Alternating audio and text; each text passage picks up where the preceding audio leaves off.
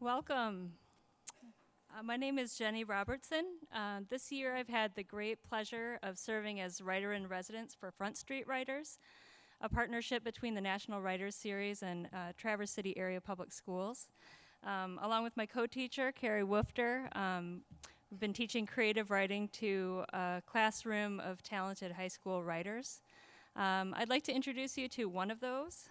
Charlie Vanderclip is a senior at Traverse City West. He, in his distinguished high school career, has directed many plays and short films within the Applied Visual Arts class. After graduation, he hopes to pursue a career in film. He also requested that I tell you that he really digs campfire stories.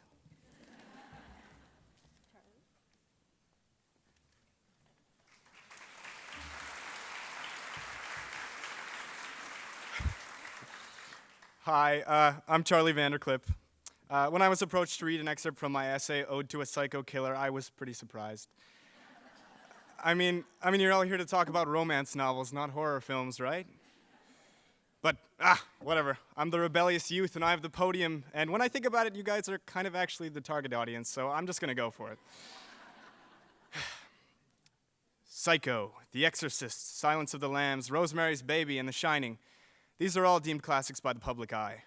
American horror cinema receives a lot of criticism as the only genre other than pornography to exist solely for the purpose of stimulation, proving itself among our pulses. Admittedly, there's mindlessness in the medium, but as someone who's been shaped by the supernatural, I will defend this genre until the bitter end. I know I'm a middle-class 18-year-old who's lived in the same town his whole life, so to many that invalidates my credibility as a critic, or at the very least makes me one of the children of the corn. But I've spent many a Saturday night riveted in front of the TV with a popcorn bowl, so just hear me out. I'm talking mystery, madness, psychological struggle. The horror I speak to is the kind that keeps you scared on your quiet drive home from the theater, the kind worthy of late-night campfire conversation, the kind that sticks in the back of your mind to this day, a hazy memory of intense anxiety. Why is this important? Well, the best movies are the ones that focus on the characters themselves, because this allows for audience connection. Objectively, it's an incredible emotive experience, and to travel to those depths of fear is unbelievably trying, even when dealing with hypothetical people and situations. Granted, horror cinema tends to desensitize us to the concept of death. Many times, we treat the viewing process lightly. When Kevin Bacon decided to get freaky in Friday the 13th, we knew he was a goner. The genre I tirelessly defend streamlines this process, because the acceptance of extremes are a necessity in this day and age. The power of metaphor is strong, and fear is a universal emotion, and I will always believe that viewing these events expose us to a necessary human experience, subconscious or not. The second the viewer sits back and thinks, holy shit, what if that was me? Is the second the film serves its true purpose. Obviously, horror does exist for the thrill, and unfortunately, there's a definite blurring of the barrier between pornography and horror. I hate it. I'll give the critics that, it's not as it should be. Direct acts of violence associated with the sexualization of any peoples, young or old, is only regressive.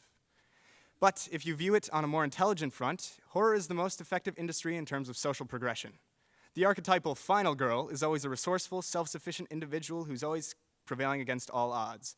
See Jamie Lee Curtis or Halloween, or Sigourney Weaver in Alien. In terms of age, race, or culture, as awful as a horrific situation is, it shows us that in times of crisis, the playing field is leveled. We're all human. We're all individuals with our own specific set of strengths and weaknesses, and collaboration is key when facing our demons. This theme has proved invariable in history and in life. Horror forces us to ask questions about existence, relationships, morals, ethics, decisiveness, and survival. Now, strife is the lifeblood of society, of progression, of a story. Horror takes it to an extreme level, making your problem seem small. It provides an escape. It provides perspective. You may be running late for work, but at least you're not running from a chainsaw-wielding maniac, right? I mean, it sounds ridiculous, but in the end, isn't that what one takes away after leaving the theater? The fact of the matter is, the world is a scary place. I've learned this through loneliness, angst, exposure to violence, and exposure to loss. A movie can provide the effect of a death in the family to a national catastrophe, illuminating the necessity of the actual event to allow for full understanding of life and its inevitable end. We, as humans, need to expose ourselves to unease, whether it be reading some Stephen King or listening to the morning news on the way into work. We need this genre because we need to know fear. It's as simple as that. It's the same reason you all read romance. It's important to know love and loss and struggle. I could geek out about this for hours, but I'm not going to. It's been an absolute pleasure, and I hope everyone has a great night. Thank you.